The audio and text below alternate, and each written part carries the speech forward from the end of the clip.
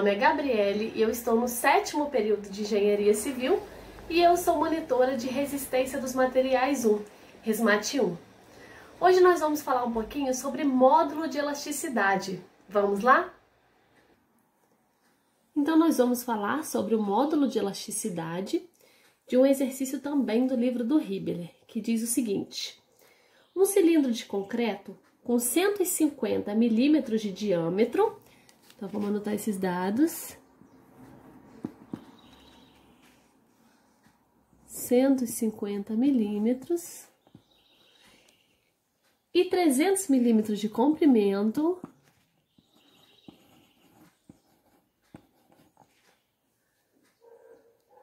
É testado sobre compressão. Os resultados do ensaio são apresentados na tabela como carga em relação à contração.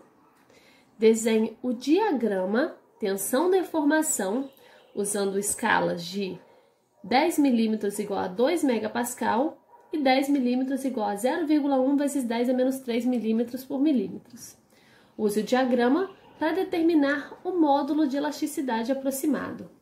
Então, vamos interpretar aqui o enunciado. A gente está falando de um corpo de prova de concreto, né, que foi submetido a um ensaio de compressão.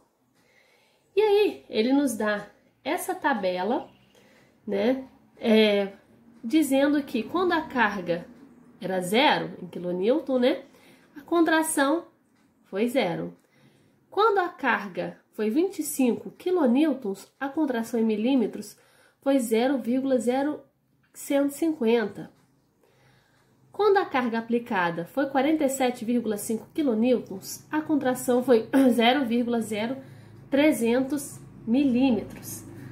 Né? Então, o problema ele quer um gráfico com esses dados.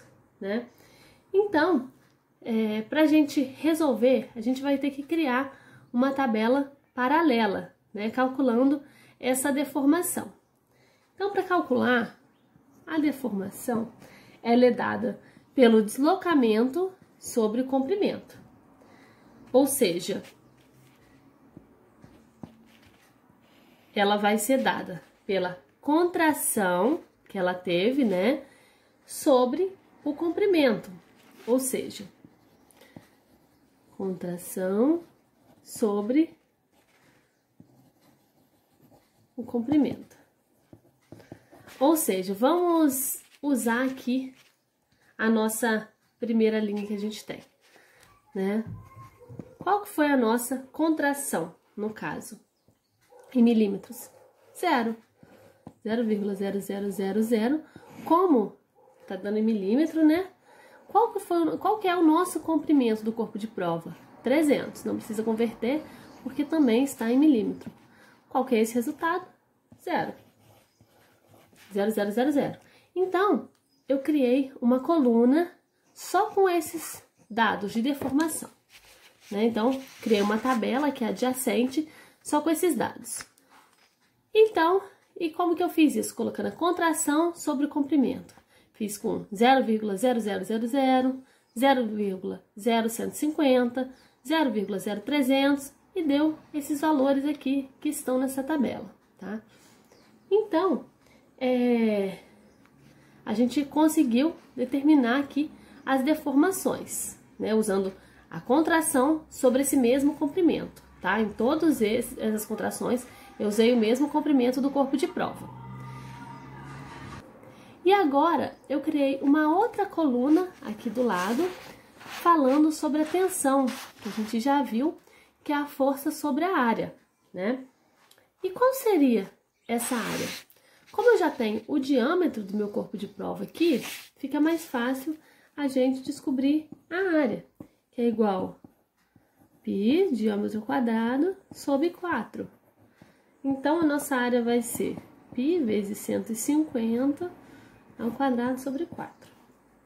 Então, a minha área vai ser 17.671,46 milímetros quadrados, porque estamos falando de área, tá?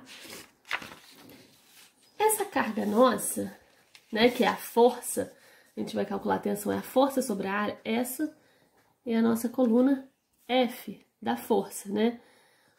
Como ela está em quilonewton, a gente vai passar para newton. Para passar para newton, a gente multiplica por 1000, tá? Então, é só a gente pegar todos esses valores que a gente tem de carga e dividir pela área, que é esse valor. Por exemplo, então, para eu achar aqui a tensão, vai ser 0,0 sobre 17.671,46, né? Aqui vai me dar o valor aqui de 0,00.